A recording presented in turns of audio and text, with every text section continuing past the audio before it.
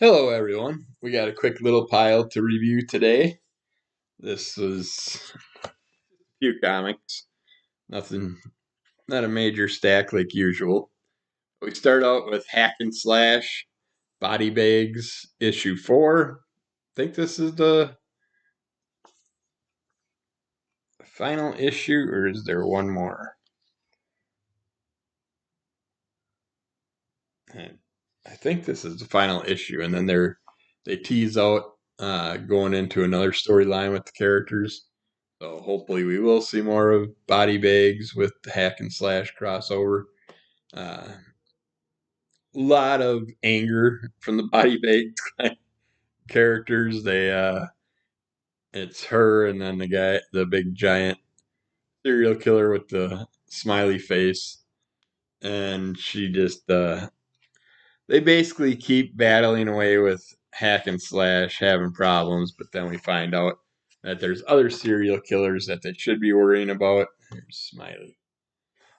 And because of that, they end up having to help each other out to deal with the other serial killers out there, and that takes them away from battling each other and starting to realize that they're very much similar, and there's no real need for them to be after each other because they're certain characters are being set up with things that they didn't do, and that's why the two teams are after each other.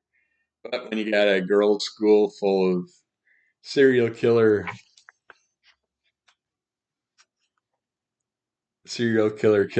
I guess call them. Yeah, you don't know what's gonna appear from all that.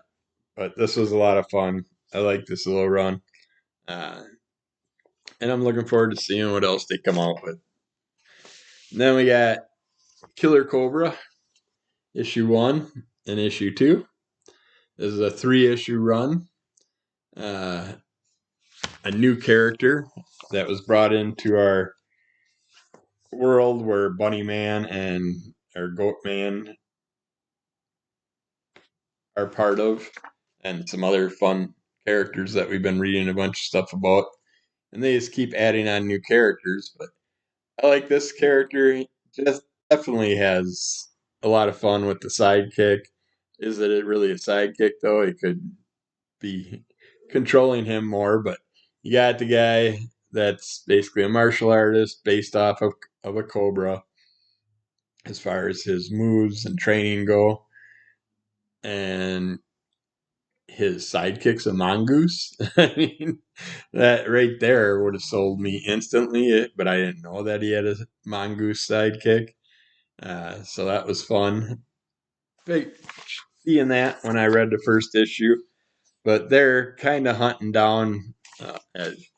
They're kind of hunting down, trying to figure out what's up with Bigfoot because some people got killed in the woods. Bigfoot's in that woods. There's information that relates back to him, and because of it, they are trying to get some answers and figure it out. And while that is all going on, something that's someone that's also part of this world happens to make an appearance. That's part of the militant group Shade, I believe it's called, where they hunt down cryptids and things like that, demons, anything evil. And that's how the Goat Man and the Bunny Man got hunted down in our past stories. But in this one, you get to see that they end up crossing over in this story also. They find the Bunny Man and the Goat Man out in the woods. And they also come across Bigfoot and try and find out what's going on, and we find out that there is some other character out there that's getting Bigfoot framed, and we end up having a bunch of characters attack them out in the woods. I don't want to give away who or what they are, but yeah, if you had anything to do with our characters in the past and you want to know about some new characters, I say definitely pick this up because it was a lot of fun. Uh, it's done by Xenoscope. Trying some good people on this. Get it to the right page.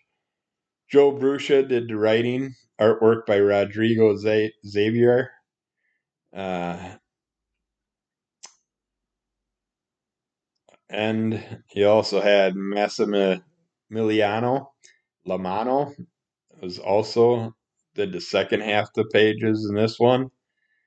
Colors by Leonardo Pacchiarotti, and letters by Taylor Esposito again. That was a different book that I reviewed earlier that had Taylor Esposito doing letters in there. And yeah, check that out. 3-issue run from Xenoscope, Killer Kobra. The Hunt Begins. And then the final one we're going to talk about is Redcoat number 11, issue 11. And as usual, I get the wraparound cover. And this one takes us deeper into the battle with him and the Northerner. We get to find out more about what's going on, why the Northerner's there, what happened to the Northerner to get him to this point. And of course, our Redcoat characters just off getting in trouble, getting drunk, doing his usual goofing around stuff, never being heroic, never doing what he should, and he ends up paying for it dearly. But he ends up in a battle with the Northerner in this also. Uh, but yeah, if you're missing out on Redcoat, there's there's something wrong with you. You definitely got to get this run. It is wonderfully done by Image Comics, and it's leading us into a lot of characters that we know from other stories that we've been reading, and new characters are popping up almost every issue. So, especially the last few issues. But it's a great trip down history's lanes, learning stuff that actually didn't happen, but would have been more fun if it happened this way. But yeah. So that's our quick little review for today. So keep following Under the Cull of MS. Rate, review, subscribe, tell a friend, give us those likes. And we'll be back with more of these soon. Thanks. Bye.